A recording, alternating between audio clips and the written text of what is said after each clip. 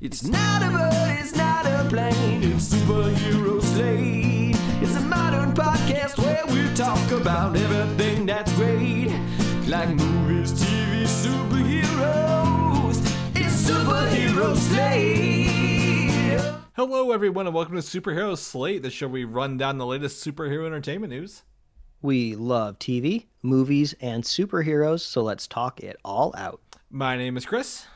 And my name is Mike. And this week, we're covering the CCXP, which, for those who don't know, this is like a Comic-Con in Brazil that brings a lot of media stuff out there. So we're going to be talking about the trailers for Fallout, Godzilla x Kong, Furiosa, The Boys Season 4, Halo, Game of Thrones, and whatever else has come out of this week, Mike. This is just a hell of a weekend. Yep, it is a trailer park like no other here on the podcast. CCXP is always really fun for us. It always takes us off guard. Like you sent me a text like, "Oh shit, it's like this weekend." Yeah. And then there goes any AI detection software that picks up on swearing, right at the beginning of the podcast. Oh, that's there fine. we go. Yeah. But it's cool. And I can't remember if it always happens at the end of the year or not. But the reason it could be really popular, at least this time around, it's just like we got to get our media spends done. Our budgets are wrapping up at the end of the year. Fly all these people to Brazil, so we'll get the same amount of money next year on our budget. And that and everything that was essentially delayed from the strikes that was pushed into spring, summer of 2024 is essentially now's the time for that marketing promotions to kick off. So a lot of the stuff we talked about, something I've seen the most of, and I will say probably because of the Monarch show on Apple TV, but it's the Godzilla x Kong is just flooding all of my feeds right now. Like that and Godzilla -1, the movie in Tokyo, is actually bringing in lots of money in America now with the dub version. So like Godzilla has never been bigger right now. Yeah, what a search term out there online, SEO folks. Get your Godzilla tags in while they're hot. And Eminem was in Fortnite, and he's got that Godzilla song or something that he raps to. So I mean, the only thing I know about Fortnite is Peter Griffin was added to it, and they had to make him buff. Which it's funny, like I get it, like I have absolutely no opinion about it at all. But I did see somebody say, and I don't know if this is true, but they had to make him buff because his hitbox would be too big. Oh yeah, absolutely, yeah. And if that's the case, that is hilarious to me. Yeah. That like they just don't have room for characters with too much volume, or they'll just die all the time. A lot of the characters have to fit that certain frame, or else they're easier to hit. No one will play with them, or they're too small, and people will use them and kind of like cheat. So. It's like the opposite of Odd Job. Well, all over again from GoldenEye. Well, we're talking about Fortnite. Fortnite had an event this week, and they kicked off actually the new season of Fortnite, the new chapter, which includes Peter Griffin and Solid Snake from Metal Gear Solid. Mike. Ooh, does he have his box? He does have his box. He has a hide in the box emote. But one of the fun things is they actually launched 3 extra Fortnite games. One is called Fortnite Festival, made with harmonics, the people who made Rock Band. So they're actually bringing in music, and you actually can play, like your character will play the instruments in the game using the controller, kind of like a Rock Band, like a smaller version of Rock Band, which I think is cool.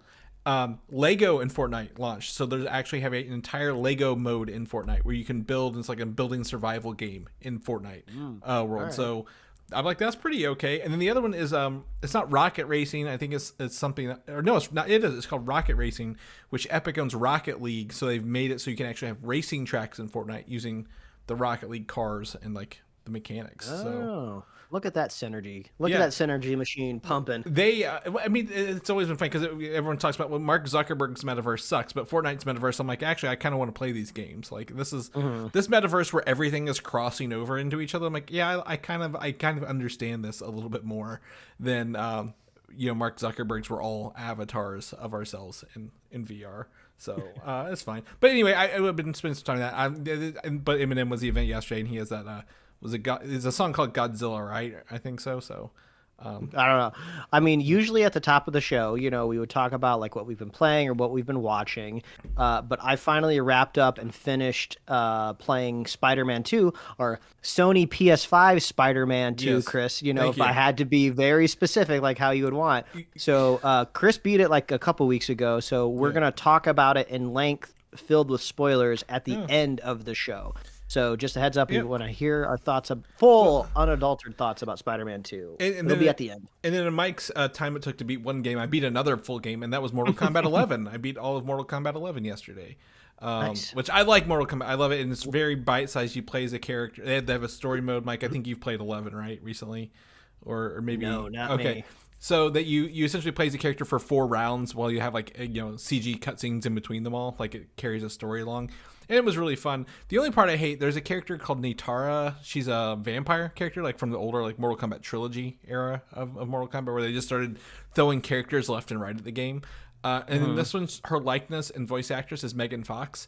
And boy, does she suck at voice acting. Like it literally is like, you think voice acting can't be hard and just talking to a microphone. Well, it is. And hearing her talk as her character is like whiplash in a video game. Like you're just ripped out of the moment. I'm like, yeah, I'm looking. I'm googling it. Yeah. All right, not the voice, but like lots of images of her right next to her. Her character almost kind of looks like her. That's what I said. Bit. Yeah, I wonder... they did the likeness of her. Yeah, of that too. Yeah. And then like Megan Fox has been doing the Diablo 4 thing, but I'm like, oh my god, like the whiplash of this character, like her voice acting is atrocious. So I'm like, it just took me out of it. But other than that, game was superb. Do not pay full price for Mortal Kombat games unless you're like a professional, because boy, once you beat it, what do you do with this game? They have an invasion mode, which is like a kind of a board game thing where you move around and like do different fights with different like scenarios, and it's a multiversal mode called Invasions, which is funny because they did NetherRealm did the DC Injustice games, right, and Injustice 2, which they had a multiversal game mode afterwards, which was really fun. But overall, I mean, had a really good time with it. I'm glad I got to play it. Hopefully to play some more. They have Omni-Man Mike in there right now from Invincible. You can play as him. Oh yeah, I remember that. And then Peacemaker and Homelander coming up as well, which we'll talk about, at least Homelander, in the show today. So yeah, that's what I've been doing. Really nothing good. I'm really sad at myself. I'm 2 episodes behind on Monarch, simply because I'm like, I have to sit down for like an hour to watch this. And I want to focus on it, and I just can't find the time to do it because of the holiday season. But thankfully, we found out a couple weeks ago there's 10 whole weeks of this stuff. So there's no rush to get it done. Mike, anything else you want to add before we jump into the news today? No, I think we should jump into it because we got a lot of trailers to talk about. We got a lot of news, and then I just really want to talk about Spider-Man. I know you do. I can feel it. I feel it. But first and foremost, if you are here for the first time on your podcast thing or YouTube, give us a like and a subscribe if you can, because that helps the show out grow as we do more and more. So just that. But let's jump into CCXP. For people who don't know, we call it Brazil Comic Con. What it stands for is the Certified Customer Experience Professional event, and boy, that sucks. So CCXP. That just really sounds like an HR resort or something. Yeah, so it's like C2E2 CCXP. It's Brazilians, and they even say it's based on San Diego Comic Con, right, for that kind of stuff. So a bunch of movie studios went down there. I believe Paramount, or maybe I think looking at this, Halo. Amazon Prime was big, some other ones, so we'll talk about that. But first and foremost, I think one of the most interesting trailers to me, Mike, is the one for Furiosa, which is the prequel series to Mad Max Fury Road. And that came out, again, written and directed by, I can't think of the name. I just George Miller. George Miller, that's right, who is like 85 plus years old at this point. And this movie stars Anya Taylor-Joy as a young Furiosa, and then Chris Hemsworth with a little bit of prosthetics on to make himself look a little more, post-apocalyptic, if you will. So I think it's in the nose a little bit. I wasn't expecting him to be in this movie. This had totally fallen off my radar. I feel like Furiosa was like this movie that was always perpetually like 3 or 4 years out. So when a trailer dropped, I was pretty shocked. And I have to say, I'm very glad somewhat recently I went back and watched Fury Road, because that movie is just a masterpiece, right? I know if you get too much into like the internet movie culture, right? Movies get overhyped, and then sometimes you fall out of love with them because like it almost becomes too mainstream, like in your niche community, which is a very weird thing, but it happens all the time out there on the internet.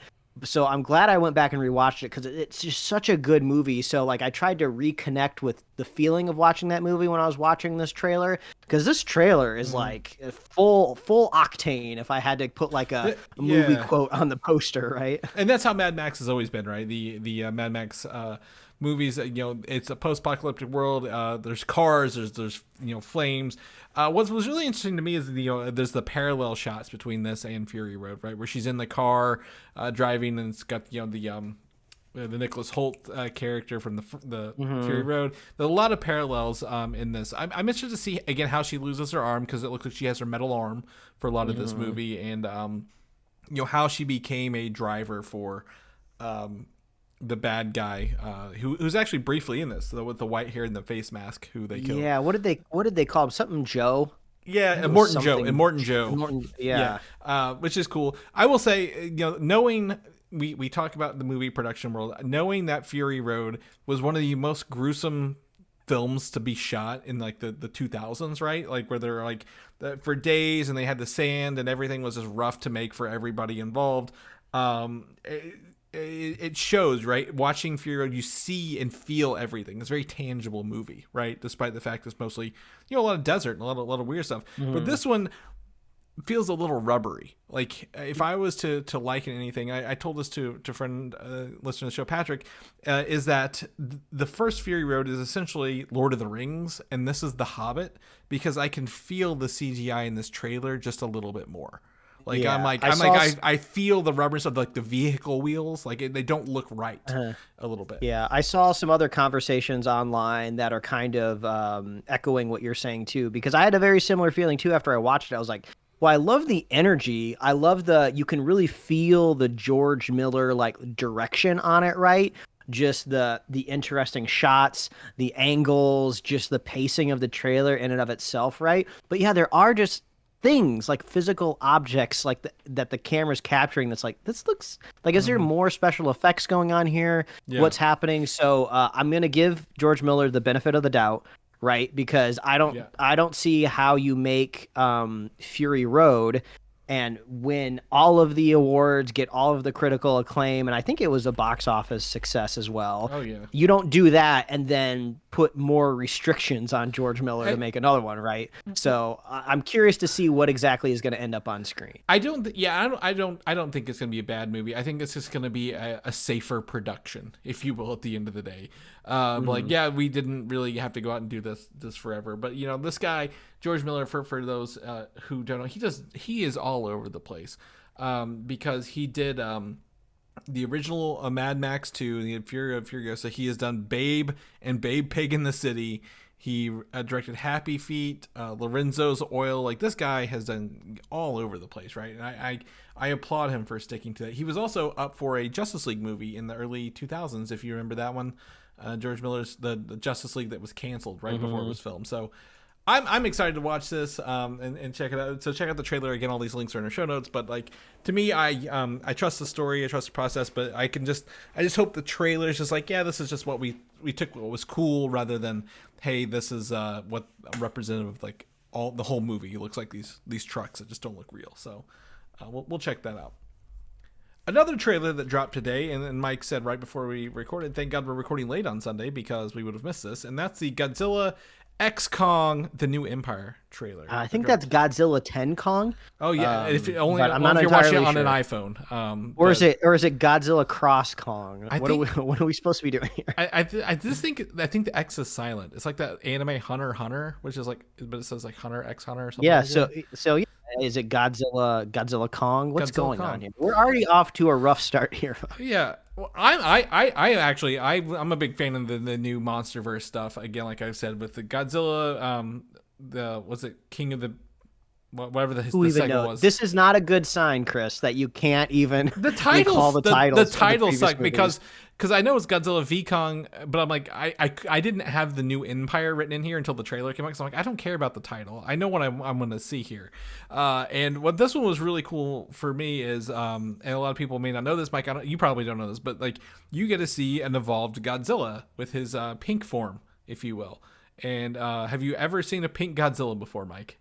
I have not. Is this a deep cut? Is this something new? What's going on here? So American Godzilla, awful, right? People like it ruined Godzilla for a lot of people in the late 90s, 98.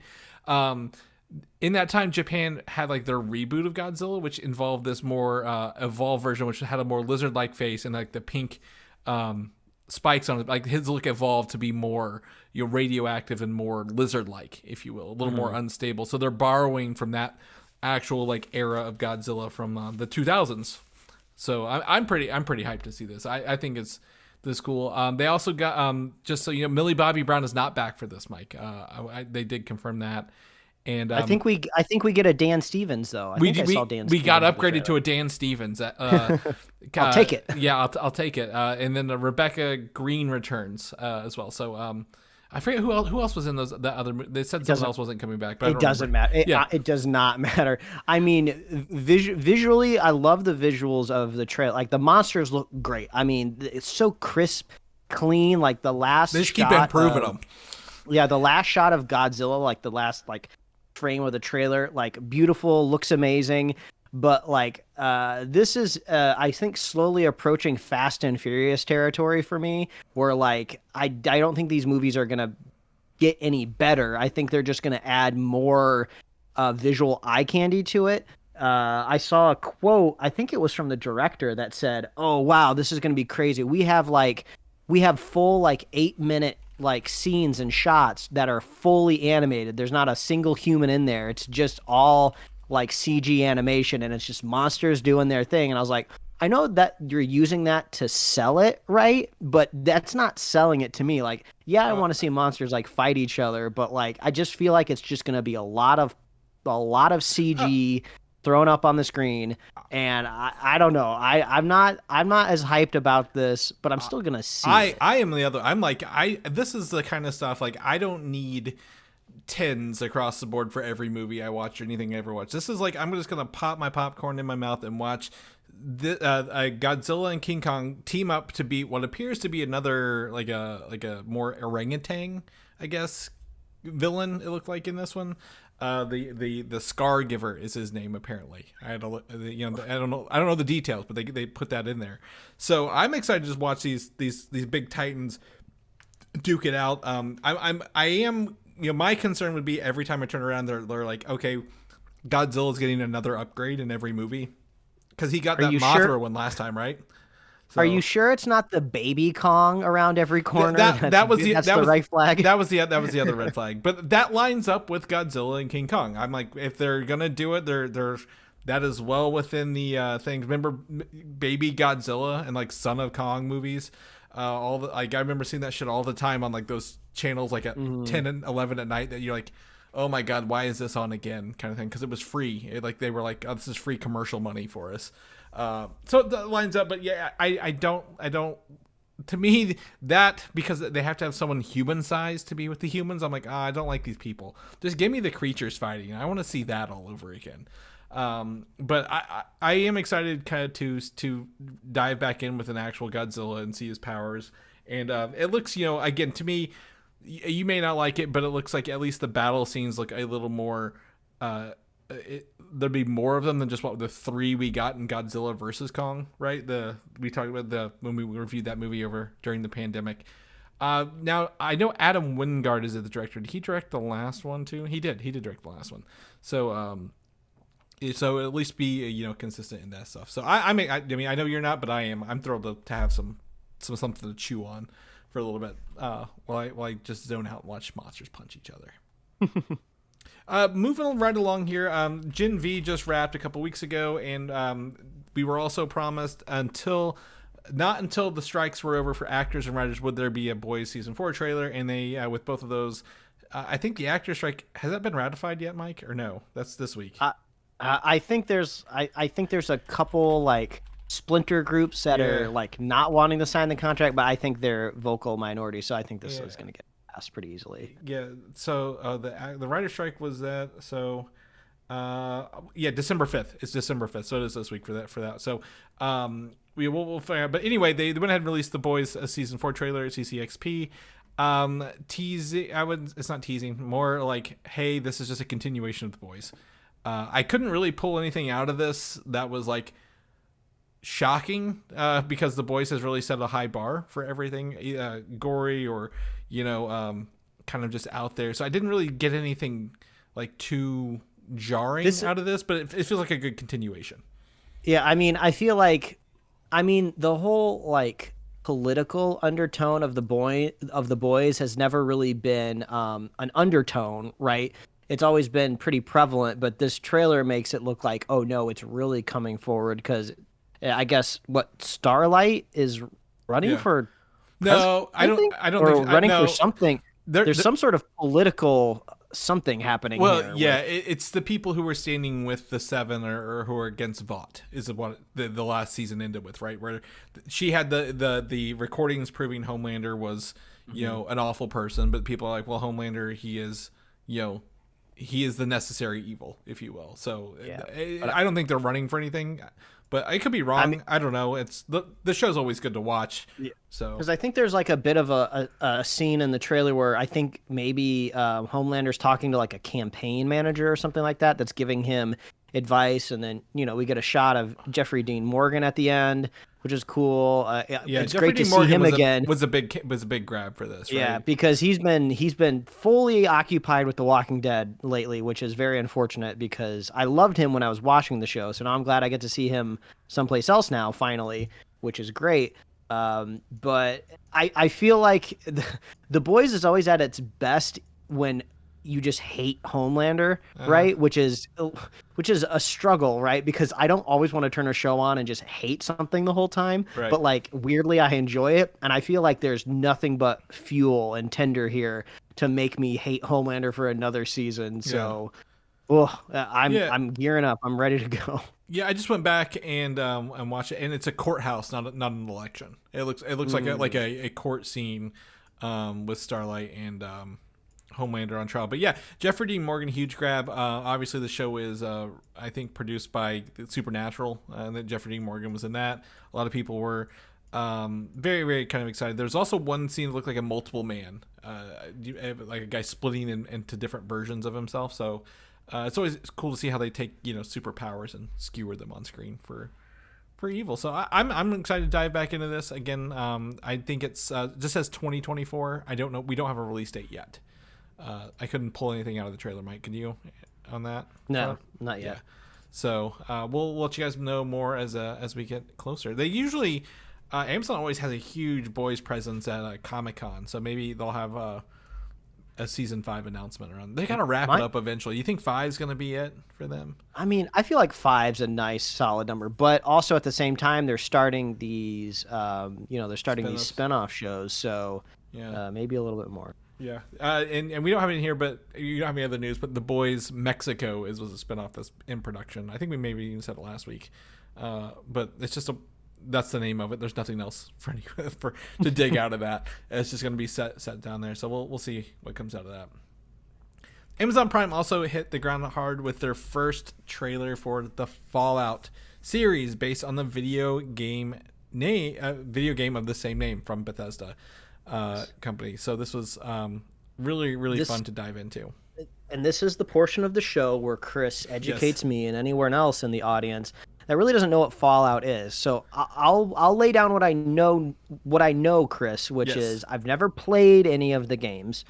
But it's so present in like kind of like pop culture and then any sort of like nerd adjacent communities, right? Mm-hmm. So obviously I'm familiar with it. All I know is there's some sort of apocalypse. I gotta assume it's nuclear in quality, being the series called Fallout, and there's underground communities, and it seems like your video game adventure seems to start when you leave like the underground like vault or sanctuary or whatever, and I'm guessing you're not allowed back in once that happens. That's as far as I know, and I think like gameplay wise, which I'm sure does not factor into the narrative at all, but it's like kind of like turn-based but also first-person shooter, depending on how you want to play. So the company that made this game makes Skyrim, Elder Scrolls games. So if you've played a Skyrim game, you're gonna be familiar with, again, there's items and equipment and stuff, stats, you level up, right? All that gameplay is there. But yes, the story point is right, Mike. So essentially take 1940s, post-World War, middle of the Cold War era. There is actually a nuclear attack on the world. Everything, people go live in these vaults, if you will, for a couple of hundred years. I believe you come out around the mid 2200s, start of the 2300s or so, and you've been in a vault, so everything you know is essentially the 30s, 40s, 50s era stuff, right? And you come out, and you're essentially just in a radiated wasteland with like giant monsters. Like in the trailer, you saw a huge cockroach, right? You get to see the ghouls, as we get to see one character played by Walton Goggins, who is a ghoul, right? There with the melted face. There's also the people who were not in the vaults, who have come out are called the Brotherhood of Steel. We saw those with the metal suits. A lot of people associate those metal suits with Fallout. But yeah, the main character seems to be a vault liver who gets to come out finally after years. You can sometimes be left in, but a lot of the vaults were created early on for experiments. How long can people live in these little vaults forever? So there's three Fallouts. There's Fallout New Vegas, which takes place in Vegas. Most of these take place on the East Coast. But this game is actually in the same universe as the games, Mike, and that's the cool part about this. So it's not following a game, but it does exist in parallel with all the events of the games that happen. So question I have, like story wise, are human beings allowed to like walk outside? Like, are they going to get irradiated? Like, how much like Fallout is still like, quote unquote left out in the world. So when you play the game, you have a one of those like a Geiger counter on your suit, and it starts ticking higher as you get to more irradiated portions, and then you will take was the anti-radiation medicines to reduce your they call them rads, so your rads get reduced. Okay. So yes, you can be out there. There are some that are very much irradiated and some are not, so it's not the whole places, but it's mutated. A lot of the people, it's very scavenger based, get what you can because nothing's growing. If you get something good, like you better hold on to it or sell it for a lot of money. As you can tell, it's essentially just a post-apocalyptic world at the end of the day here.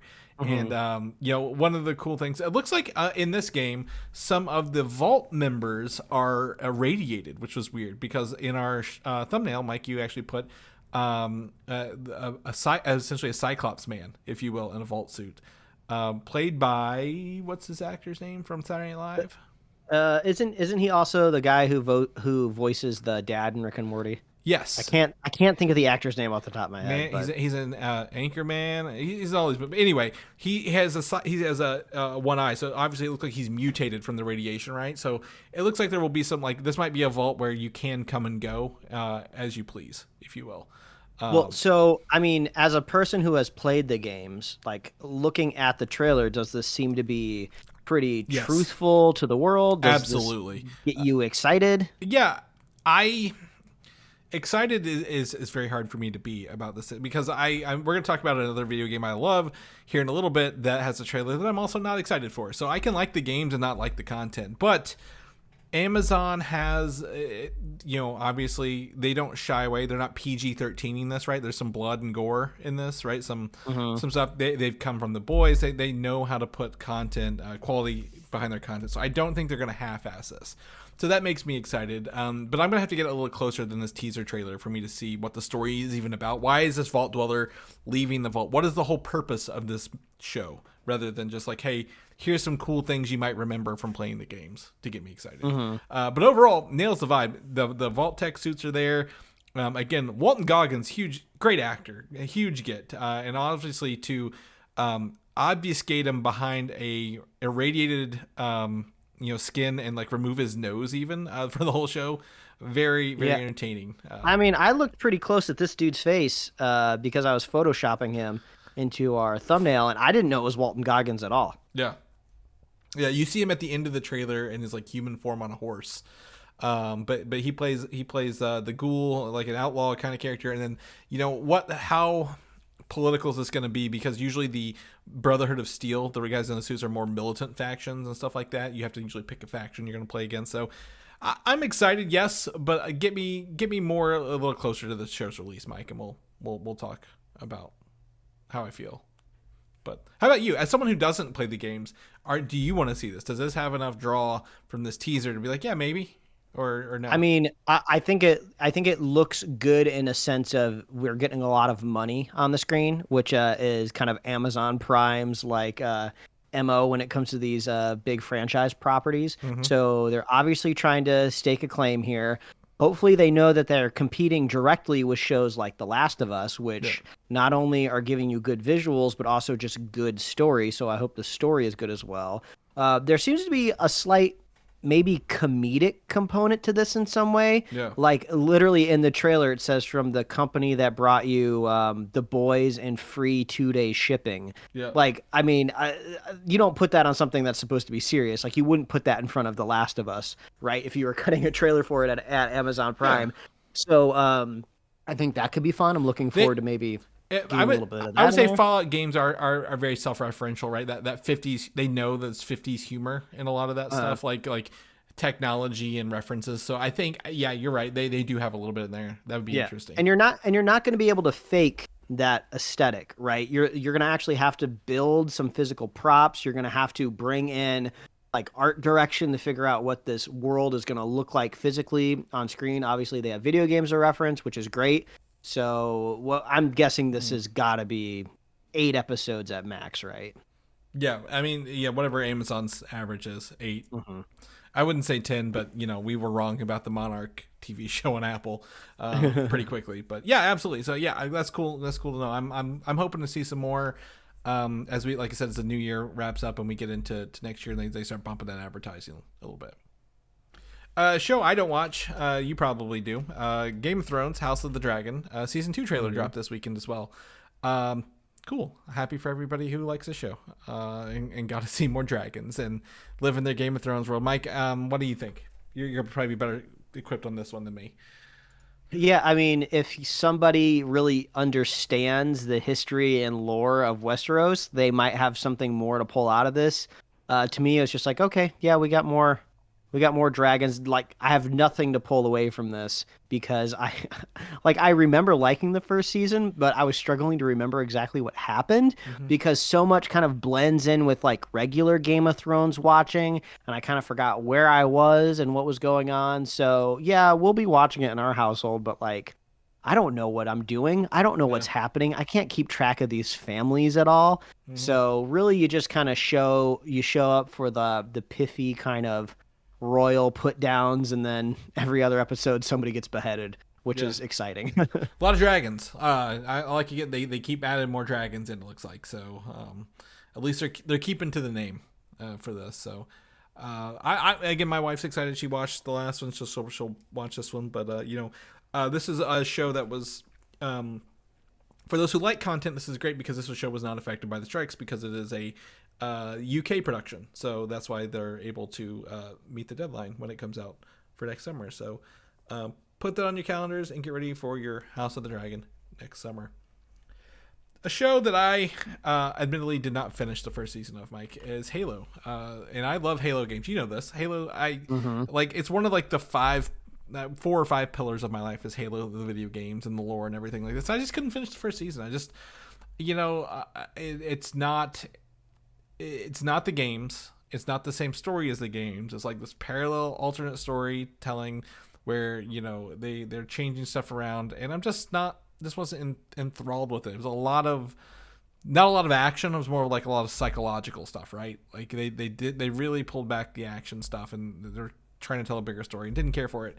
Season 2 trailer dropped surprisingly today, with the release date of February 8th, 2024 for season 2. And this looks to be maybe a little more action packed. Did you watch it? I couldn't tell if the action was just a tease or if there's going to be more action or not. Thing is, like, I watched the trailer, but you don't remember it much either? like you, Chris. I made it even less far into the first season. So like, I'm just like, oh, did this stuff happen in the first season? Does this happen? Is this like a hype trailer? Yeah. Where they're just letting you know that a trailer's coming? There's nothing discernible. There was I was kind of on the lookout of like, well, I know what are the aliens called? The Covenant. There's the elite. The Covenant's the collective. The elites are the big dudes with the swords. Yeah. Okay, yeah. So I was kind of looking for the second trailer for like what were they? The brutes, kind of more animalistic creatures. Yeah. Like I was looking for like hints of them in the second trailer. Something that I know kind of evolves with the story with the Halo games, but I didn't really see anything. And also the whole time I'm going like, I didn't even know this show got a second season. This is definitely one of those things where like, we're hoping the hype of the Halo franchise will give us enough audience. Let's just go ahead and greenlight a second season. And I feel like that happened before the show even came out. So I don't think that this is going to go much further past this. But we were talking before we started recording, Chris. We were talking about Halo. you were talking that this just got released elsewhere, right? Yeah, so Halo, the first season is now on YouTube for free. It was on Paramount Plus, and we had a Paramount Plus subscription for a little bit. So, I watched it there. I probably lapsed, so I also stopped watching. But it's all on YouTube, so you can watch the entire first season of Halo on there. And the Halo Season 2 is coming to Paramount Plus, so they're hoping maybe they get more eyes on it when it's not behind a paywall, such as Paramount Plus, because the only people I know at Paramount Plus, Mike, are watching Frasier. And that is about all they're using it for. I even told you before this, someone did the math on like streaming shows, recently, and Paramount has half the amount of content, TV shows or series and movies even, than it did a year ago. Like they have less stuff to offer for the same price. Yeah. And it's not necessarily because it's like evaporating into the ether. It's just like, I don't know if you give Zavlov necessarily credit for this because he's not the Hollywood good guy, but he's definitely kind of raised the flag for other streaming services that aren't Netflix to say, hey, the exclusivity of your catalog is not really driving subscriptions anymore. Start selling your stuff anywhere that you can sell it so you can bring in that money, because that's what your shareholders want is cash. They want you to bring in dollar bills. So yeah, that's why he's like selling like all of Zack Snyder's stuff over at Netflix, and the Batman, the Matt Reeves one, right, is even over at Netflix right now, which is a very, very good movie. So I wouldn't be surprised if maybe the strategy of putting the first season of Halo on, something like YouTube, like you said, Chris, is to get audiences excited to get Paramount. Like I almost think it wouldn't be a bad idea to just license Halo as a series to Netflix. I mean, that is going to be the best way to get as many eyeballs as possible. And I'm sure Netflix would gladly buy it. Like, well, Netflix also has their gaming portion of their app, right? So maybe you license it to them and you can stream some of there's like 2 top-down Halo games you can stream to their app. Like it is not a far cry away from something that Netflix could do. My only concern, Halo, why it has not worked, Mike, is number one, in this trailer, there's only one shot of the actual Halo, and I don't remember any Halo on the first one, or maybe it was on the very end of the last episode, because I did follow the story. But, like, when you play the game, like, they should have just followed the games. Like, the games have decades of story and books and things like that. Why did the real downfall was them trying to create a new story with like characters that you already care about, right? Like I don't know most of these characters. I know Master Chief and a couple of them, and you just don't care about them here because they're not the same ones, and like they're you're not playing as that character. So I really feel they messed up pretty bad by not including the main games in here, and that is why I as a gamer who play Halo all the time, loves this, has the books, has statues and the Funkos and the art books, just don't give a shit about the show at the end of the day. Yeah. And I mean, Chris, I don't want to drive the knife in. This is just me coming from a different perspective, but I think the moment for Halo has passed just in general, right? Like there's not hype really for the games anymore. Like nobody's like breaking the internet or trending online when something new Halo is released. I'm not saying it's not a successful business that you can't get money out of still, but like I don't think the fever is there anymore to build ancillary things like TV shows or movies. Well, I do, but video games are unique in sense like like The Last of Us, right? There's 2 of them and a remaster, and they come out like every 5 years or more, right? Is that like video game cycles are, and we'll talk about this with Spider-Man, are very weird cycles. So like if you were going to do this show, it should have come out when the game launched. Halo Infinite launched 2 years ago. Instead, the game came out, and then a year later it was the show, or some weird month later. Like there was no synergy with it to build on the game launch hype. If you just put it in the middle of a game's life, like no one really cares, right? The game's already kind of down at that point, if you will. The Last of Us, the remaster had come out recently, right? And Last of Us 2 is, kind of fresh. So that show was great. Halo has also been in the works since 2009. Remember, the guy who did District 9 was involved at one point for a movie with Peter Jackson. Blomkamp, Like this has just been a disaster from day one. And it's not going to translate to movie. It's not going to translate to TV show. Some things just need to stay in their medium, right? At the end of the day, no matter how big it is, no matter how much money Microsoft or Universal or whoever puts behind stuff, just leave it in the medium. Like, Mortal Kombat, the game came out, the movie, actually Mortal Kombat 2 is filming. Wouldn't it have been better if it came out when the game launched, like a week or like a month or two ago? Like how you'd like, oh, I'm watching the movie and I get to play the game when I go because I'm hyped about it. But yeah, like, and I get what you're saying. It's just you got to have those right. Like there's beats, right, when things come out and when things are in good life cycles, and that was just a piss poor release. Yeah, to me it feels like Halo is primed for like a universal reboot, right? Like not necessarily like a remaster of the first game, because I know they've done that like 1,000 times with Halo already, but like from ground up, like reimagining, let's kick this off again and start a new Halo universe with a new story and a new perspective. And since it's going to be, since theoretically in my head it would be like a brand new just beginning, like maybe they change up the gameplay a little bit, add some new mechanics, or the thing it needs is, Halo was great for 2001 through 2010. What it has not done is really, I don't want a yearly Call of Duty style game either, right? Because of it, this quantity over quality. But the biggest games right now, and we mentioned the Fortnite, Apex Legends, these battle royale style games.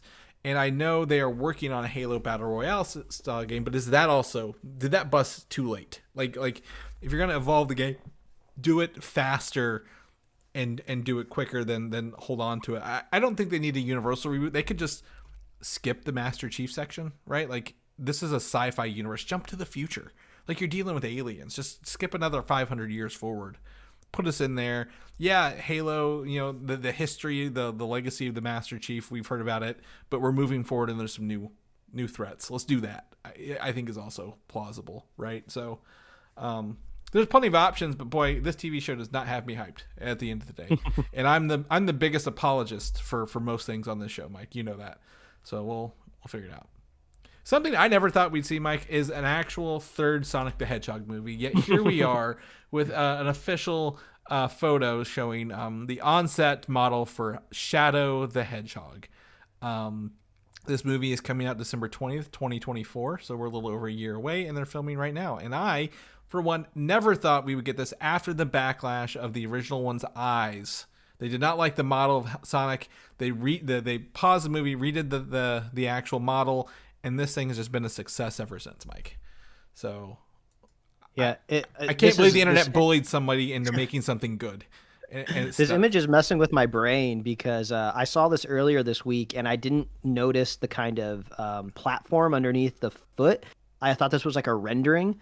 And I was like, oh, wow, they did a really good job like rendering that slate with the marker on it and everything. And I was like, oh, this is all physical. And then it made me think, oh, yeah, there are these really funny like on-set shots of where they have these standees and they're putting them around places. Like so funny. Like what memorabilia? That would be crazy. If you're like a super Sonic fan, like it'd be awesome to like own one of these.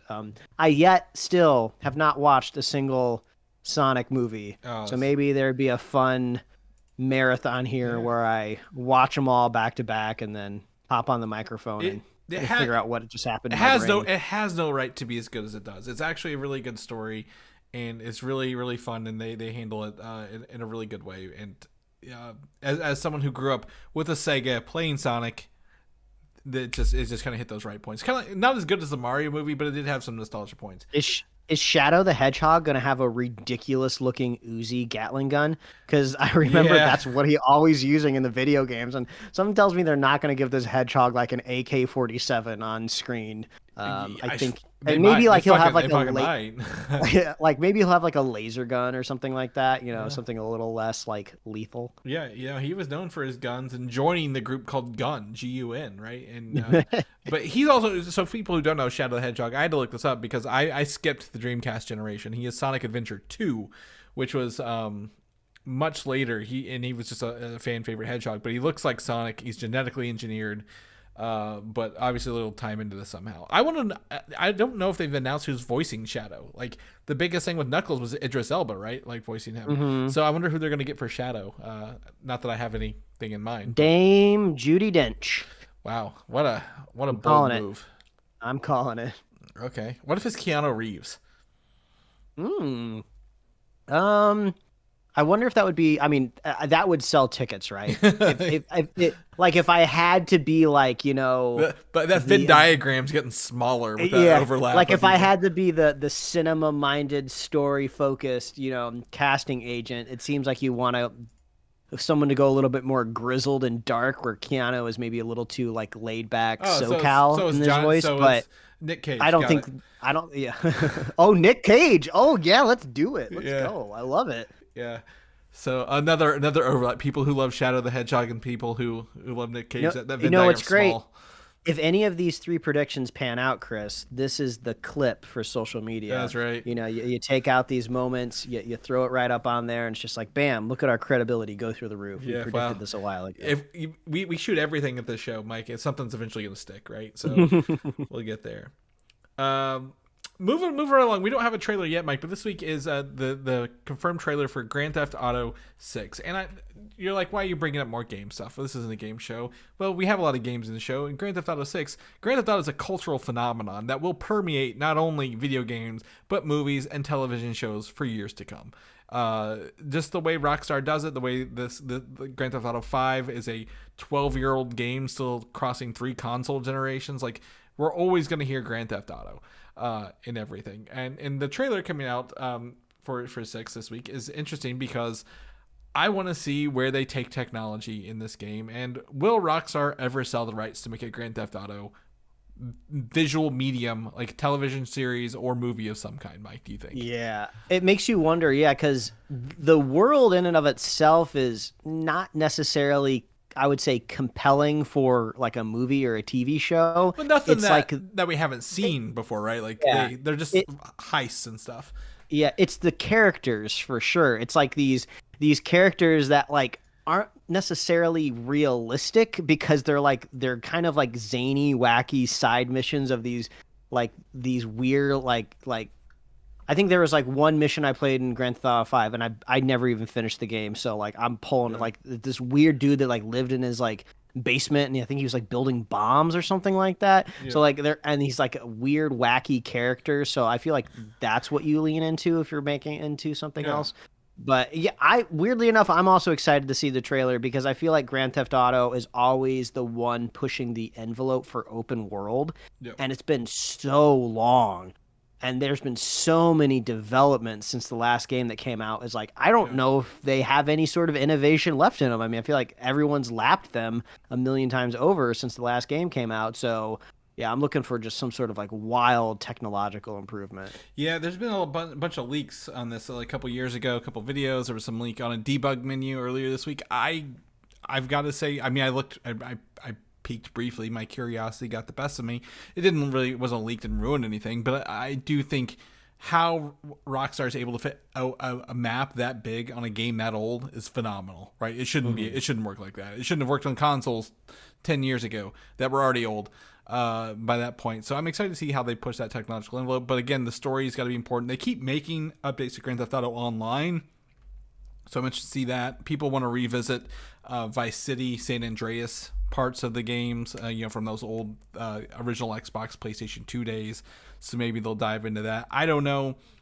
I want to see what it is. But what is cool about Rockstar is that they're their own publishing company, so no one is telling them when they have to release this game, right? They're not making a game for someone else to publish. They're doing all of the work and the publishing. So they're like, yeah, when we're done, we're going to release this game. My guess is holiday 2024. Mike, for next Christmas or next holiday, and we'll get a steady stream over the next 12 months before it comes out. Yeah, like I don't know if they could reach, like, this is gonna happen at some point in the future, and I keep thinking of AI in video games recently since I've been playing Spider-Man and Tears of the Kingdom, especially Spider-Man. It makes me wonder, like, no one's gonna take the time and hire artists to render and lay out and build models for the inside of every building, right? But what if you could like teach an AI model to like build the inside of buildings? So like theoretically, maybe that's the groundbreaking thing for like GTA like 7, right? Every building in the city you can actually go into. Now they might not all have something to do in there, but theoretically you could go in there and it'll be populated with like furniture and people, and it'll resemble like some sort of business, right? Like that would be wild and crazy. So I don't think that's going to happen in 6, but that's what I'm looking out for. Oh, yeah. Yeah, absolutely. Definitely something they could always add as they build out their online system, right? They're always pushing updates to online, which I think will pay dividends forward. So I think that's interesting. I am pulled up here the top 50 video game list of best-selling video games of all time, Mike, as of today. And can you guess? There are 3 Grand Theft Auto games in here that I was able to tell. Can you guess what the highest placement is for one of these? I would think number 1. No, Minecraft is the number 1 game of all time. I feel like that's a technicality. By quite a bit. Grand Theft Auto 5 is the second most sold game of all time, and it is currently a 10-year-old game. Came out in 2013. Grand Theft Auto 4 and San Andreas both are about halfway down the list. So yeah, huge phenomenon here.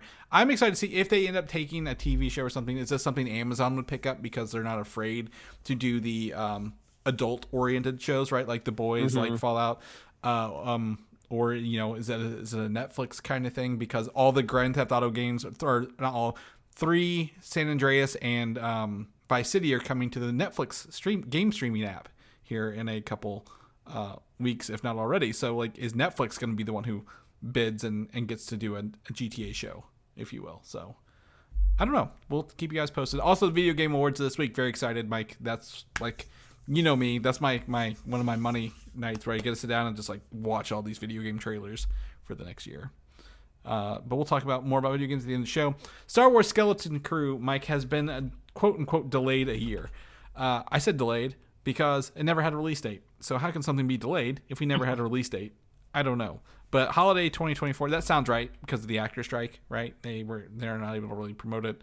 Bob Iger is focusing on quality over quantity, so my guess is it's going to be slowed down to release the Star Wars. I don't think had a content release problem, but I think holiday next year makes sense, right?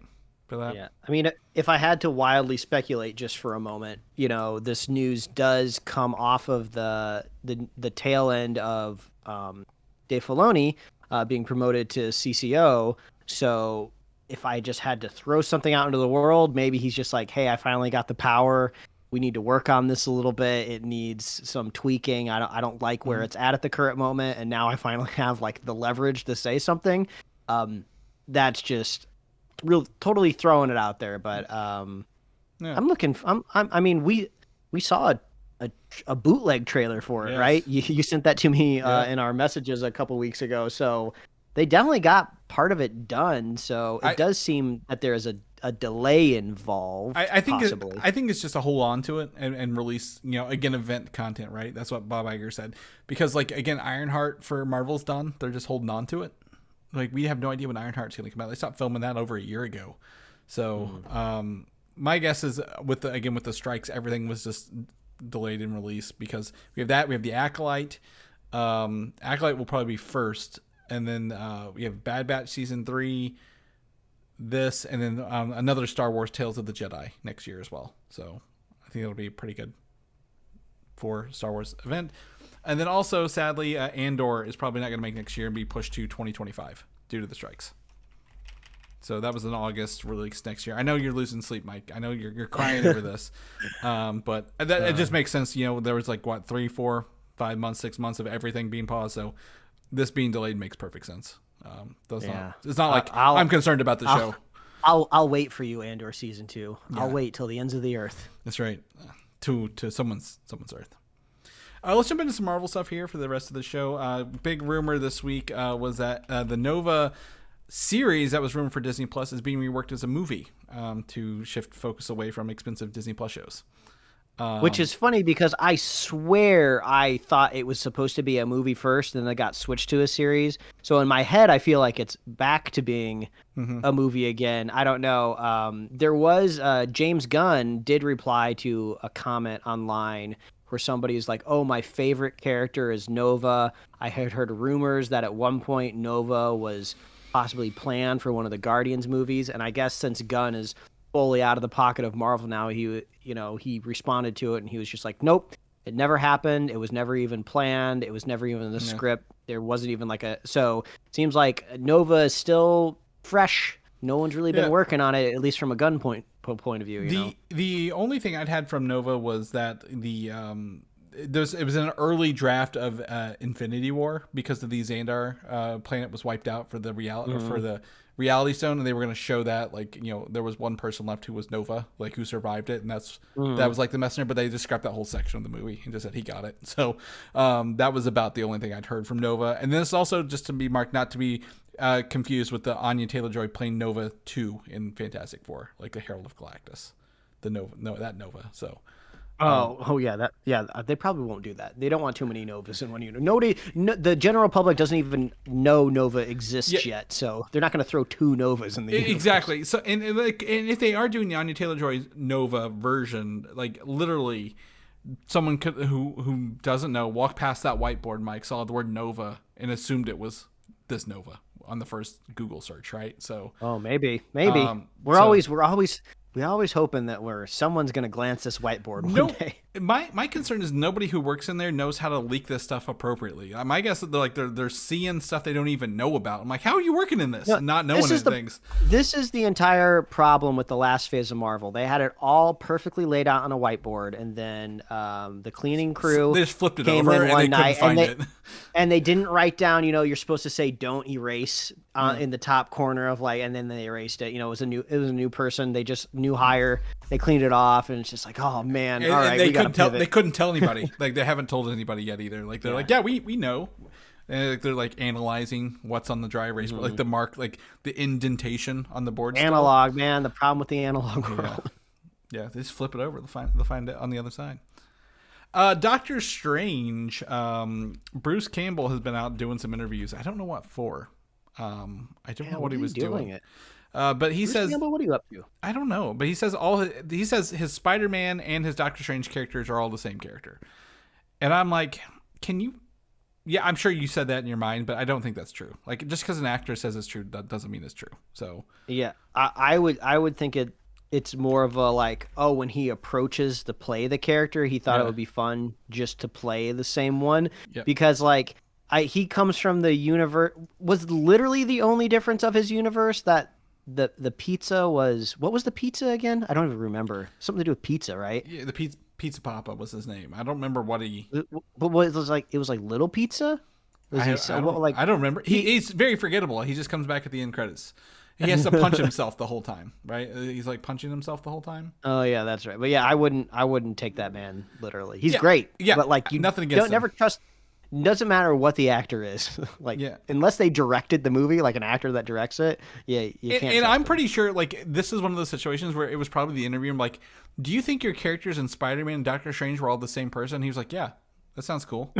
like he's not sitting there thinking about this stuff. Someone asked him that, and that's the answer they got out of it, because, interviewers will lead them for an answer that gets them clicks. On the what's websites. that? What's that Christopher Nolan quote where somebody asked him about Batman, and he was just like, I refuse to comment because if I say anything about Batman, that will be the headline of the article and no one else will read anything. Yeah. And then they made that interaction the headline of the article, so he was totally right. Yeah, exactly. So yeah, my guess is someone asked him, let him on the question. He's like, yeah, sure, that's fine. Sure, what? Yeah, put that down. Deadpool 3, another actor rumored for this. This is back filming, by the way. I've seen a screenshot of from the set, and I'm not going to say anything because I don't want to ruin it for anybody. But they are bringing back some people from X-Men stuff. But Daphne Keane, who played X-23 in Logan, is rumored to have signed back on. She's more of an adult now. She's in Star Wars Acolyte as like an adult actress, more than a little kid. So my guess is they bring back an adult X-23, maybe an alternate universe version of her. I don't know. Maybe this would be. I would think if you're bringing back, Daphne Keane, who we've only seen in one movie as X-23, right? I would love to just see a continuation of her character from Logan, like the literal same character. So she finally got saved. She got rescued. The connection that she made with Logan, her savior, who died in the woods for her, right? Yeah. Like that totally affected her pathos, and so I would love to see that on screen. And then, like, it would be a crazy moment for her to see other Logans that isn't her Logan. I think that would be really powerful and interesting. Well, now, I'm saying all this schematic stuff that's happening in a Deadpool movie. Well, she also saw that, like, in that movie though, because there was the clone of Logan who was trying to kill her. Oh yeah, well, I'm saying, like, now if she's an adult, she hasn't seen a Logan in a while. Yeah. So yeah, I just hope it's the same one. Yeah, I think it's fine. Yeah, I think if that's true, and this is another one of the 100 million people they're bringing back, she's fine. I think that's a great. It's tied to Wolverine more than the X-Men. I think it'd be the only person from that movie who would need to come back, right? Like, there's no one else in Logan. I would like, yeah, they got to come back to they need that person who was only in Logan to come back. She's like the only person out of that who would need to come back. So, absolutely fine. Marvel Zombies, the spin-off animated show from What If, is still in production, and Iman Vellani, Miss Marvel, she was out doing interviews, I think, for the Marvels, now that they're allowed to do that, said that Miss Marvel is one of the leading characters in this animated series. So she did all the voice work. They said they wrapped up a while ago on the voiceover work, and that she, quote-unquote, is basically the Frodo of the series. So my guess is there's some sort of zombie cure or kill-all in this show that they're going to be working with. I'm surprised. I swear I thought her character was in the first season of What If, but now that I think about it, it doesn't make any sense. So, yeah, we have not really seen her character illustrated in that animated style at all. But, yeah, I'm cool with it. Like, one of the few things that's working on a character level wise in Marvel right now is Miss Marvel, Kamala Khan. So more of her is not a bad thing. And she wrote a Miss Marvel comic book, and she's writing another Miss Marvel comic series after the success of the first one. So I didn't know she was writing. That's awesome. Yeah, so she is really enveloping this character right now. Like if I was her age and like had this opportunity, I would be eating it. Like I would be thrilled. Like she's just taking all the opportunities, and she's obviously having fun and doing well at it. So I applaud her for doing that. But for this a zombie series with like some sort of cure-all, some sort of mission where they have to go deep into zombie territory, that sounds about right. So we'll see how this goes when they give us more teases for this eventually. Last bit of Marvel here. This kind of came out of another rumor as well. Is that they are rumored to be working on multi-season series for Spotlight characters. And Mike, do you remember what a Spotlight character is now for Marvel? Chris, I cannot. I'm so confused because when you say like multi-seasons for Spotlight characters, I thought just the other week we said like Spotlight characters were only going to be getting like one season, and then it's kind of like the Marvel Presents, like they're shifting that moniker. I'm so confused. The spotlights are just things that don't affect the larger Marvel universe. I would say earlier characters like Echo and Wonder Man probably are not going to get multi-season shows, right? Like characters who felt like they were born out of necessity of make something rather than, hey, we want to do popular characters. So this the characters rumored for this to be in the works, and this is very early on, are the Punisher, Ghost Rider, Alpha Flight, the Runaways, Jessica Jones, and select members of the X-Men. And again, these will follow the new TV series production rules with TV showrunners, writer rooms, all that stuff, but may not arrive. I mean, my guess is if they're talking about this now, Mike, these may not arrive until post-reboot era stuff. So they may be planning really far ahead on this, right? Like things that we want to plan for in a few years because we know how long it takes to write something. We know how long it takes to film something. We already have all the plans up until the end of Secret Wars. So let's get these things done now so we're ready to launch with quality come a reboot. Like I'm really curious too what they mean by the moniker of like Spotlight. Like I know we've been throwing around this like idea that these are supposed to be things that don't ladder up to the MCU at large. But, I mean, there's some entire MCU movies that don't ladder up to the MCU, at large. Like, Ant-Man 2 was really only part of the MCU. Like, if you look at, like, the post-credit scene, right? It's its own contained movie. I mean, I might not like it very much, but it is pretty self-contained. I mean, and that's always what the pathos for all of these movies. Like, they just need to be good standalone movies on their all that they say. So I feel like I'm trying to figure out what this is because I don't like the idea of committing to a Marvel TV show that doesn't do anything to the grand universe. Like, it doesn't have to do a lot, but I don't want it to do nothing. Like, I feel like, this isn't a good example because I really didn't like the second half of Moon Knight.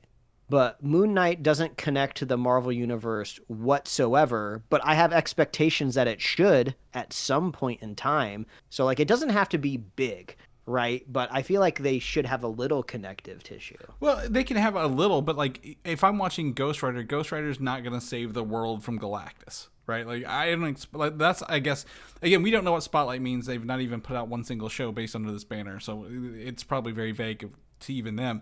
But like I'm not expecting the Punisher to have any sort of butterfly effect upwards to anything at all. Now he may reference the world, but like I don't expect him to make a difference in a bigger scenario, right? Like if I'm watching Secret Wars, what's the Punisher going to do? Shoot some people with actual powers? Like, yeah, I guess maybe like, are they just trying to get ahead of like the criticism of, they're making a Daredevil show and, Spider-Man doesn't pop up in it. So they could say like, oh, well, it's a Spotlight show. That's why you're not seeing Spider-Man. It's like, nobody expects to see Spider-Man in Daredevil show. So yeah, I personally don't think they need these clarifications, right? It doesn't just make something good no matter what, and nobody's gonna care if something pops up or not. Will never see. I don't think we'll ever see the name Spotlight. It's probably just an internal like for them, like, hey, this is a Spotlight thing. When you do it, we don't need to make sure that this ties up, wraps up bigger at the end of the day. It just makes sure it's a good show, right? If anything, all these just need to be good shows. It doesn't matter what it ties to.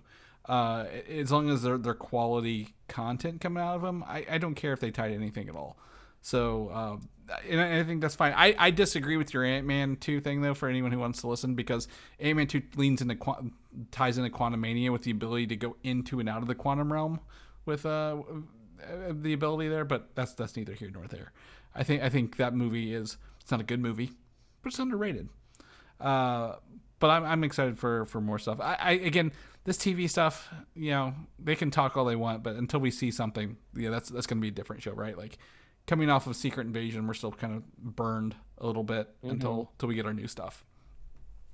All right, Mike, finally, at the end of the show, this is what you've been waiting for. This is what There we go. I've been waiting to talk to you about it because I've been sitting on this since at least before Thanksgiving.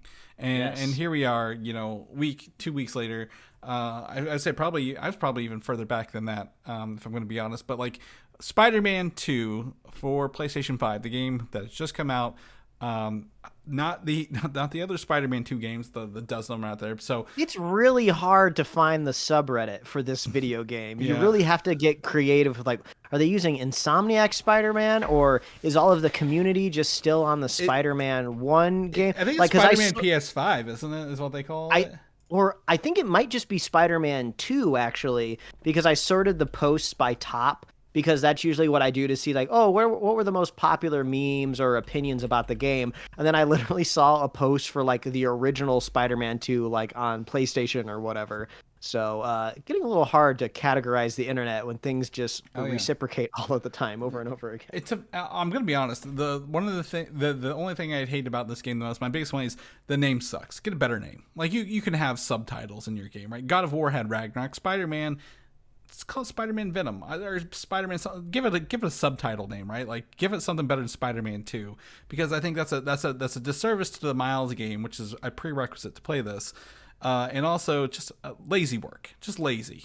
But anyway, this is full spoilers. We're not gonna talk about, I don't want pulling punches, because I think you have to talk about the whole game when you review this game, because there's a lot to it that you don't know going into it. Yeah. So they're full spoilers. So if you've not played this game, don't want to know anything about it, back out here. When you play it, you can come back. But let's just go ahead and just rip off that Band-Aid for spoilers. Yeah. I say we just jump into it, and first, let's just strictly talk about story, as if you were sitting down in front of like a compilation YouTube video and you only kind of saw like cutscenes and important dialogue.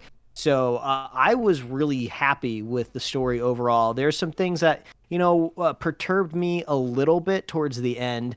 Which is such a pretentious word. Why did I say perturb? This is a video game review about a story. I don't need to be saying that. Calm down. But I like the story overall. I mean, I love this idea that Harry is the one that becomes Venom. They really make that make sense. Norman is the one who has the capability to find like an alien rock and do something bad with it. And his son being sick, the sickness in the Osborn family is a theme that crops up quite a bit in Spider-Man mythology. So I was already prepared for something like that.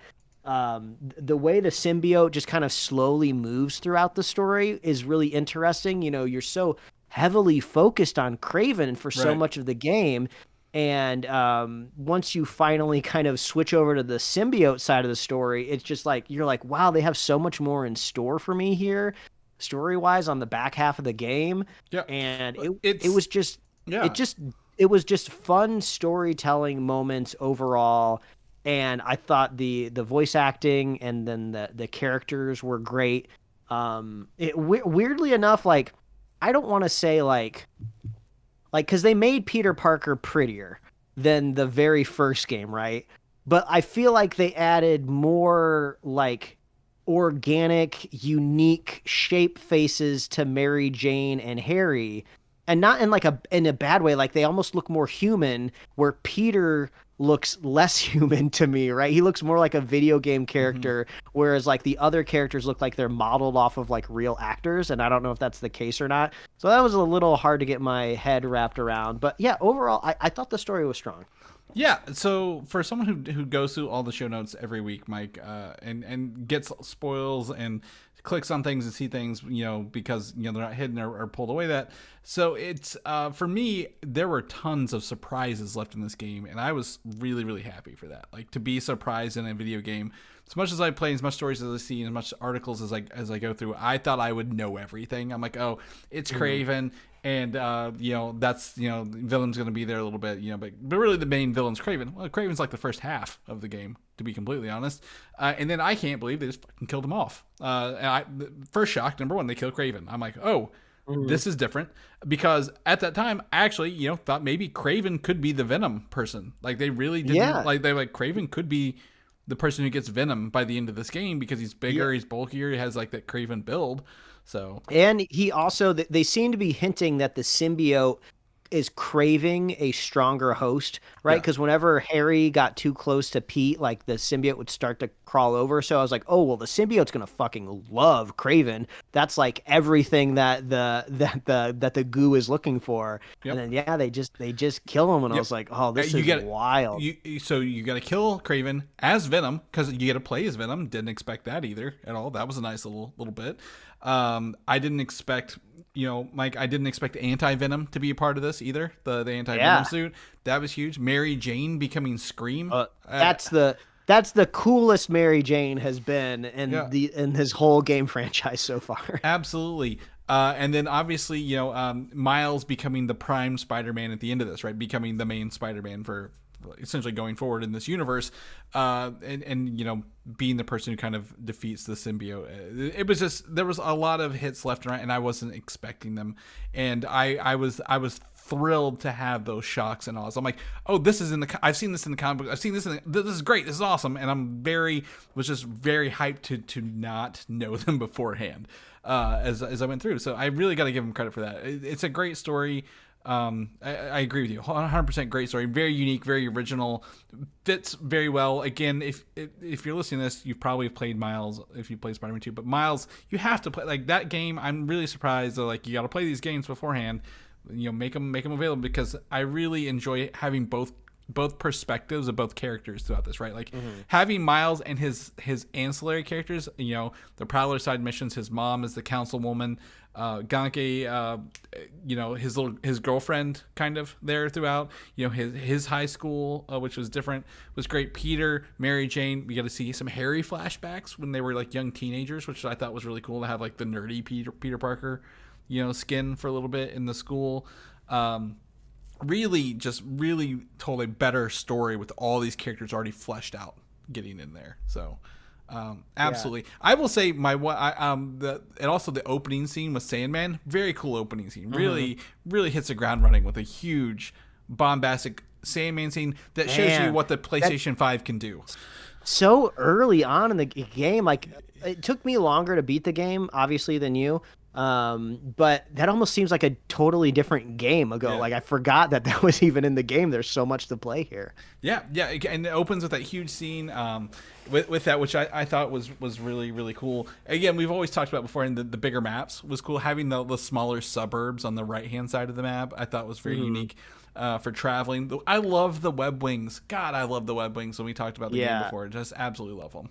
Yeah. Well, before we jump into gameplay, because I have a lot to say about gameplay. Oh, yeah, There were kind of like two story moments that I didn't think were super effective. First of all, Miles kind of getting his like final suit totally did not hit for me. First of all, I know this is preferential, but I think the final suit that he gets before you go into the final fight just looks ugly. It's like this really weird, like giant blue kind of like neon glowing like lightning bolts, and then he kind of like has partial a mask, and then he's like also wearing sneakers that they make sure that on the camera movement you see the Adidas logo, so it kind of just looks like a sponsorship crammed into the story. I'm pretty sure it's an Adidas suit as well. I think that was part of the design. I kind of liked it having something unique and fit to like that fit Miles' personality, and like I didn't care for it. I didn't mind as much. It wasn't jarring for me.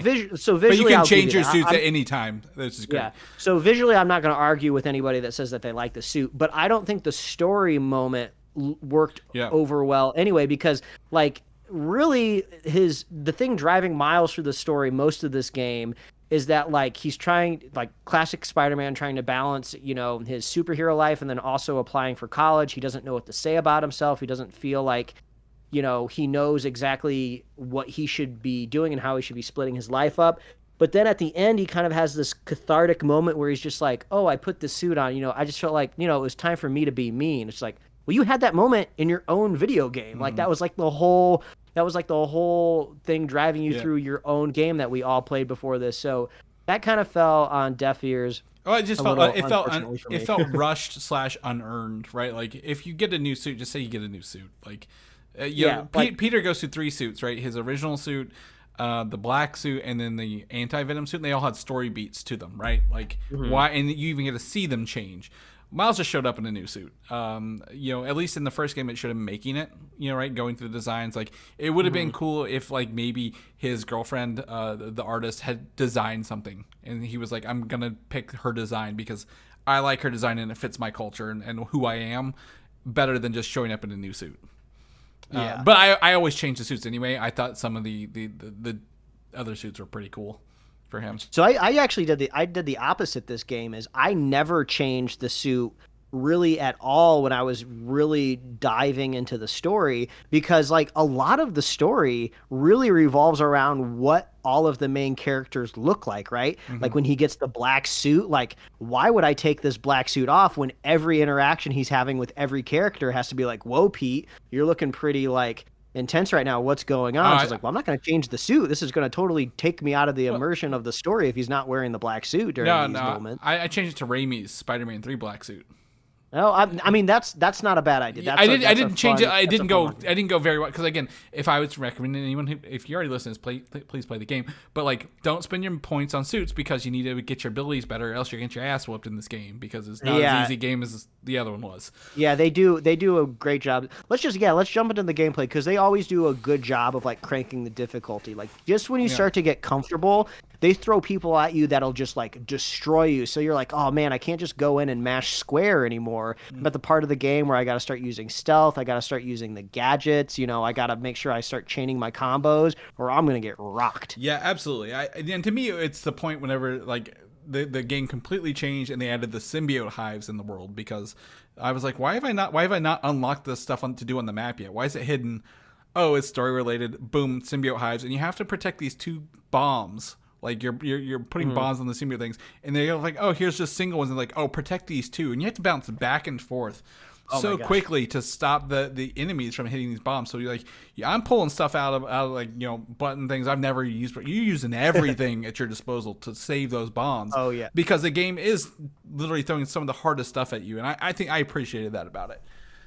Yeah, and we mentioned this the last time we had first impressions of this game a couple weeks ago, but the single best thing that they did gameplay-wise for this game, outside of, you know, the traversal of the web wings, is for sure the gadget wheel is gone. In the previous games, you had to pull up this gadget wheel that takes up your entire screen. It pauses time kind of a little bit while you're doing it.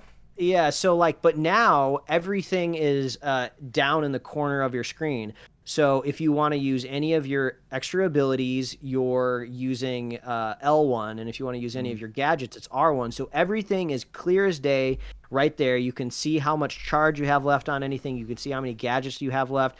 I've never used gadgets before in the previous games because like I always forgot about them because they weren't there. So now I see them, and like when you're talking about those symbiote bomb protection things, like you can't do it without the gadgets. Like the fully upgraded like sonic blasting booms, ones, you gotta keep one of those active over there by the other bomb, and then and then once you get towards the end, like when you only have like 20 seconds left, they start throwing like all of these symbiotes come out of nowhere, and then you're just like, oh, I gotta survive just like 10 more seconds. I just fire off like every single gadget that I have left. I start doing every ability. Stuff's going crazy. Luckily, the PS5 can handle all this. There's no way the PS4 could have handled all of this, of this madness that's going on screen. So I just love that I get to use the gadgets now, and I like them. They're so fun. I love the abilities that do more damage versus different enemy types. So like when I'm going up against the Venom, the symbiotes, I pull out my Spider-Man anti-Venom suit because he has that ability where he pulls them all up and sends spikes out in every direction and like disintegrates them. I'm like, thank God for this, because I would be so frustrated at this. As much frustration as I'd have playing a Mary Jane level with her little stun gun. That oh my God. Okay, yeah. Let's talk about Mary Jane. I talked about it, and I warned you. I warned you last time we talked about it. I'm like, they come at you and they don't get any better. Let's talk. Okay, so I feel like they listened to feedback, but they had the wrong solution, which was just like, all right, well, everyone hated the Mary Jane stealth mission, so let's give her more agency. We'll give her a stun gun. So it sounds like stupid, and it kind of is stupid, and I don't like that it breaks the kind of immersion of the world of the game, right? Like, I'm Spider-Man. I'm a literal superhero with all of these things at my disposal, and it still takes me like 5-6 seconds to fight like one Craven Hunter, right? You know, especially the powered up ones. I really got to go at it. You're telling Mary Jane, all Mary Jane has to do is sneak up on one of them with a stun gun and they're down for the count, but I got to mash together a 10-hit combo and kick them off the roof to kill them. That's what annoyed me. And I know it's like video game logic, and most people won't care about this, but to me it's just like, come on, this is not working for me. I'm on the other. I don't need realism in my video game. It's fine that she does that. I just wish there was like, do you want to skip this section? Yes, let me skip this section. Can I just watch the cutscene? Because I like it gets like, I even saw someone said it and I agree with it. It feels a little Gears of War at some point, like when you're fighting the symbiotes with the stun. Oh yeah, gun version. when it I'm just becomes a first-person shooter. Yeah, you're just like, I'm just shooting all these things in it because it's running at me and I got nothing else to do. It's all big gooey and slimy. So I'm like, I hate this. And like, I can kill a symbiote behemoth by just spamming this taser. Yeah. Like, no, I don't. Well, I don't care. Again, my realism doesn't bother me. I just don't want to do it. I want to play Spider-Man in my fucking Spider-Man games, Mike. I don't want to be Mary Jane with a stun gun. Especially when a lot of the Mary Jane story moments ladder up to pretty intense moments in the game. So you just want to get them done because you're about to be Spider-Man that like finally like sees Craven in the world for the first time, or you're finally about to like fight Venom at the end of the game and you got to get through this Mary Jane stuff. I saw some people online that what they were doing is, I didn't know this, but you can like change the difficulty of the game at will at any time. So I guess some people will open up the menu, put it to the easiest difficulty, and literally it makes Mary Jane like invincible. Then you just run to the end of the encounter. Now, I want to be clear. I like Mary Jane as a character. I like what she's doing. I thought it was really interesting that, she's working for Jameson in this game, and she hates it, but, you know, she's an adult. She's got to pay the bills. Yep.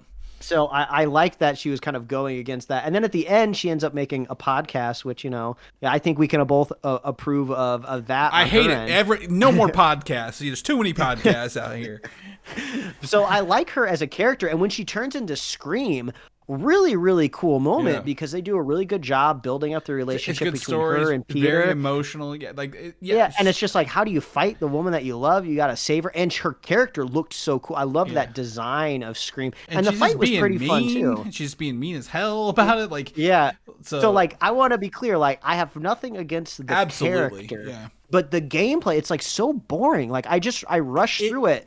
And and you can if you're kind of relatively adept at just stealth games in general, which a stealth is like a game genre which I love. Like I can kind of like read like the past pretty easily, and I can run through it like pretty quick, thankfully. But yeah, whenever you get caught up on some sort of like dumb moment where you have to like wait for a character to walk, or I'm just like, come on, I just want to get this done with. Yeah, it's. I understand the gameplay. I understand everything. I understand it. And that's the worst part is I understand it. I get everything what they're doing, but like it grinds everything else to a screeching halt because you've been literally having so much fun with other gadgets and swinging and flying around and doing story stuff, and then it's like, oh, you got to walk through this and like you said, wait on somebody to turn their back so you can get them.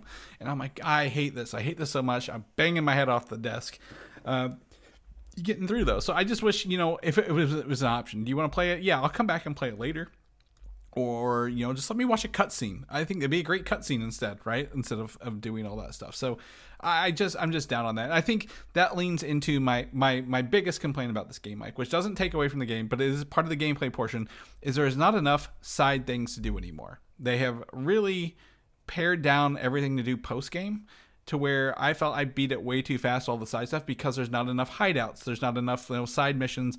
Yeah, the photo ops and the hidden backpacks were tedious, but I enjoyed doing it in the first one because I got to see the city. I got to learn the city. They don't have any of that stuff here. They just have a couple photo ops, not nearly the number of like the backpacks and photo ops they had in the first one. And I'm like, that's kind of sad because I'm like, I wish I had more to go see the smaller details in the city because this map and everything they've done is just fantastic. But I would agree with you, and I also think that the new types of missions are not as fun as well. Like I text you when I was trying to do those stupid drone tailing missions, like ridiculously hard. Like this is like similar annoyance to like people playing Superman 64 trying to fly through those dumbass rings. Like I had to replay those missions so many times, and I was relatively leveled up. Like my speed was there. It's just like the turning radius of those web wings are just atrocious, and there's so much punishment for getting something wrong. Like if you make a turn wrong and like you run into a tree or the corner of a building, like you might as well scrap the whole mission because you are not going to get it to the end. So that drove me just absolutely up the freaking wall. And also like I wasn't a big fan of the Mysteriums either. Like I thought the story element of it was kind of interesting. I didn't really like the Mysteriums. Those are essentially the same as the Taskmaster, right? Well, no. What's her name? It was the chick from the first one. It was the one. It was that girl, like the prankster or something like that. I forget that everyone complained about. Yeah. So I get it. Like the little sides. I just don't think. I don't like. You have to be Miles to play them. Okay, that locking you into one character to do that was not very fun. But I didn't mind them. I had a good time 3-starring them. It was pretty easy stuff to update. I like the challenge of those. I really enjoyed the finding the spider bots, Mike. I thought those were cool because that was a Spider-Verse tie-in, and you got to see the different little spider bot designs. Yeah. Also, great payoff at the end too. That almost felt like I was doing an Easter egg more than I was actually accomplishing a mission. Yeah, those. I also enjoyed the Prowler missions that were like more puzzle based as well. I really gotta say I enjoyed finding the Prowler stuff. So those were fun. There are good ones, but there were some that were not fun. But I just don't think I went literally twice as much as this. Like I felt like I was done so quickly. I'm like I want to do more. Like I want to visit the city. I want to see more of the little stuff. But it kept taking me to like building tops and like things that I would not like. I'm swinging high, and yes, swinging is fun, but like I want to see the details they added to the city because it's so fun. Like the amusement park portion of the game story was really fun because you got to literally go play every little carnival game in there that you wanted to, right? There was like 7 of them you could do, and you got to ride the roller coaster in first person mode. Thought that was really fun. And also there was a fun reveal at the end that like Harry has these superpowers. He's here to help. He knows like Peter's identity. Like you get to build all of that into like a fun, unique place in the city. Yeah. Other than that, overall, I enjoyed the suits design, the extra suits. Mike, I know you didn't change a lot of those, but I really enjoyed some of the suits. You get to change the color of the suits even. Some of the suits, I liked some of the suits, but I feel like if I had to compare quality wise to the previous games, some of these suits I thought looked like trash. I feel like the first game played it safe, and like these are the variants that you know of, and these were like, here's some little more sub variants. I know you beat the game, but have you 100%ed all of the stuff in the game yet? No. Because there's a Miles, he becomes like he gets a King Venom suit. That felt like it was maybe part of the campaign that was cut a little bit.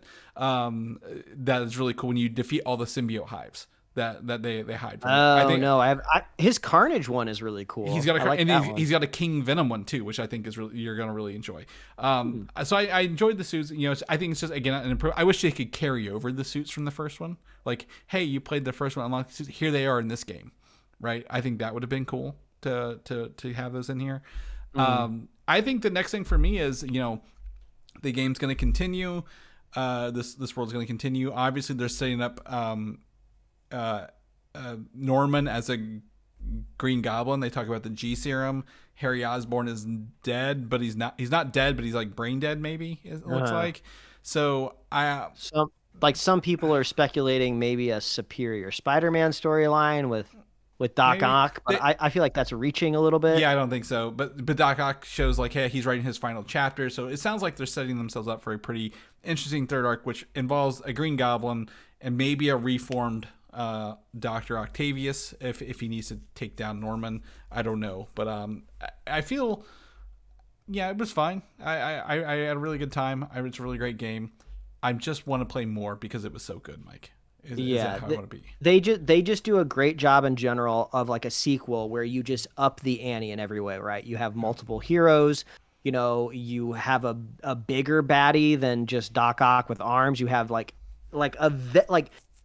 was crazy that the symbiote was taking over the entire city. I thought that was really crazy. I wasn't expecting to see the city transformed at the end there, of like swinging through, and then you have to watch out for all of these like tendrils and like just venom symbiotes like slinging stuff at you, like taking half of your health away because they throw they're like snipers, man. Like they're on the Yankees or something. And that's my sports reference. Is that good? Is that a good throw? I don't know. It's locally based to the city, so that's all that really matters. But I thought the game, like, I was glad to be surprised throughout the game. Like Venom popping out those Venom wings.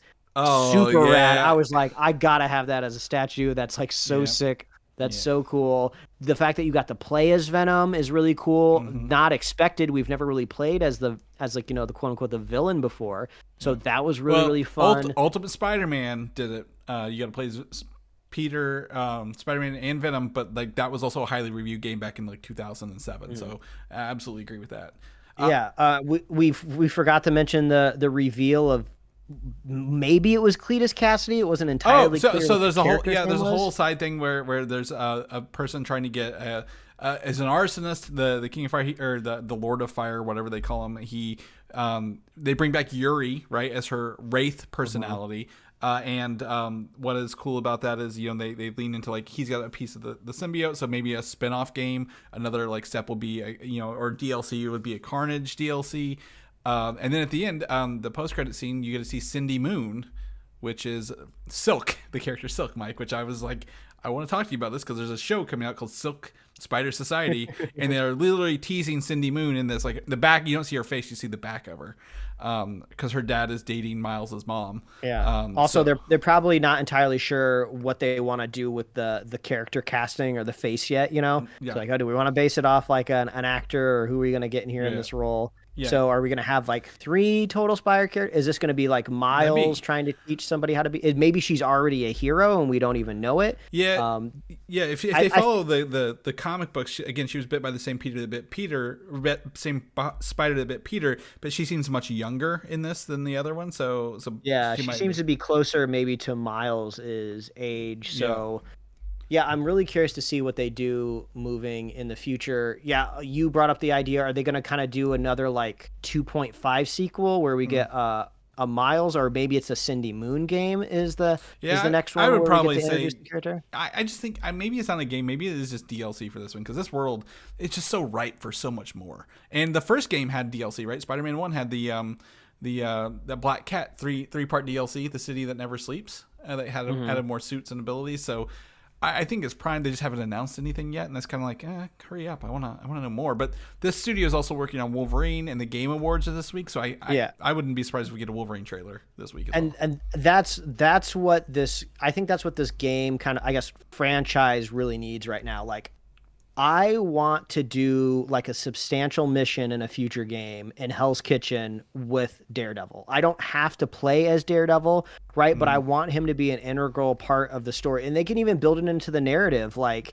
oh, I've been gone for a while. There's been all this stuff happening. It seems to be all focusing around you. And then maybe he could kind of like, be kind of chastising Spider-Man a little bit for bringing all this trouble to the city. It needs to feel like the Spider-Man games of old, right? From like the 2000s, right? The N64 ones. Because there's an Avengers Tower in this game, and they don't do fucking anything with the Avengers, and that's really disappointing. Like, you have an Avengers Tower. Where are the Avengers in this world? Yeah. Like just don't put the tower in if you're not going to do it. I don't care.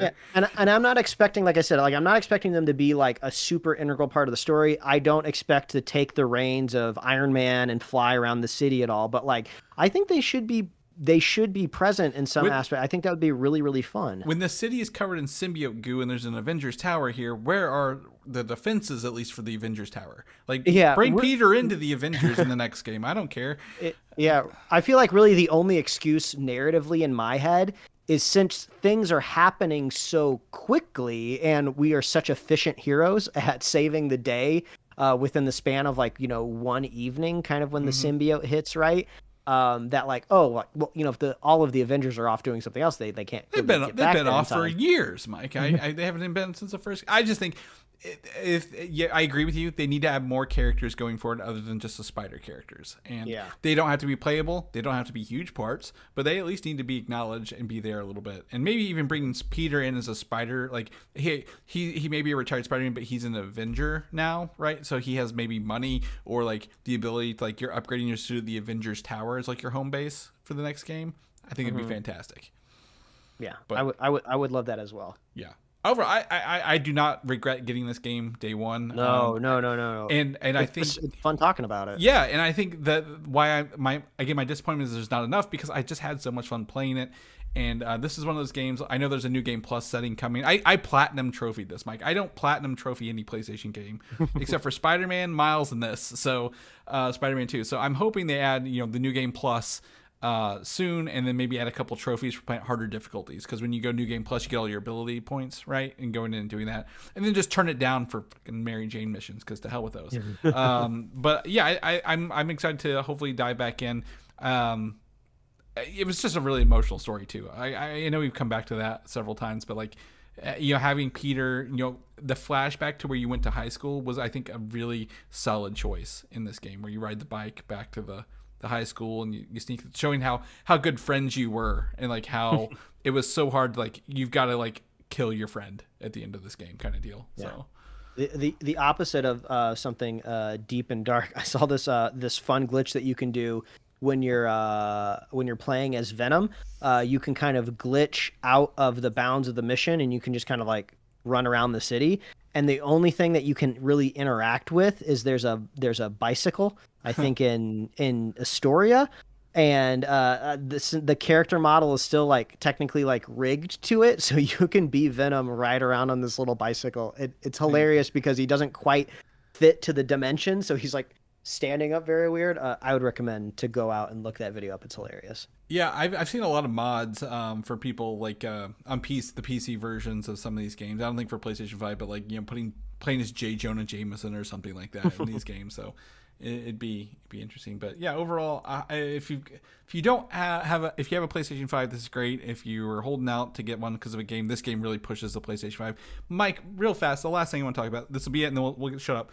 Is fast travel. You wouldn't let me talk about fast travel last time because you're like, I want to experience myself. Mm-hmm. That is mind-blowing how you can fast travel in this game, like to the exact like city street you were marked on instantaneously, like, in this game. And the single best part about it is they really, really nail the perspective transition. So like, because when you just like fast travel, you pick a point on the map and then it kind of auto moves it to drop it at a point where the game can actually smoothly position you in. But as the transition happens, you automatically know the perspective of where you are on the map. because you don't know if you're going to be heading north, south, east, or west when you come in on the screen. But the way it wipes and transitions, you automatically have your bearings because it kind of melds from the map to the aerial view of this. It's so smooth. It's so great. And then your character comes in out of frame, does like a little barrel roll with the web wings too. So like it's like you're riding with the character, right? Like it's very, very smooth. So absolutely. So I'm glad you had a good time, because that I was like, oh, we hadn't talked about it yet, and I was like, I liked it, so I think you would like it, but I just want to double check that you were all. I loved it, Chris. Loved it. All right. Well, that's a stunning recommendation for this game, which is out now. All right, Mike, that's it for the show. I think this was a good time. This is a good show today. If people want to know more about what you're up to, what you're doing, where can they find you at, my friend?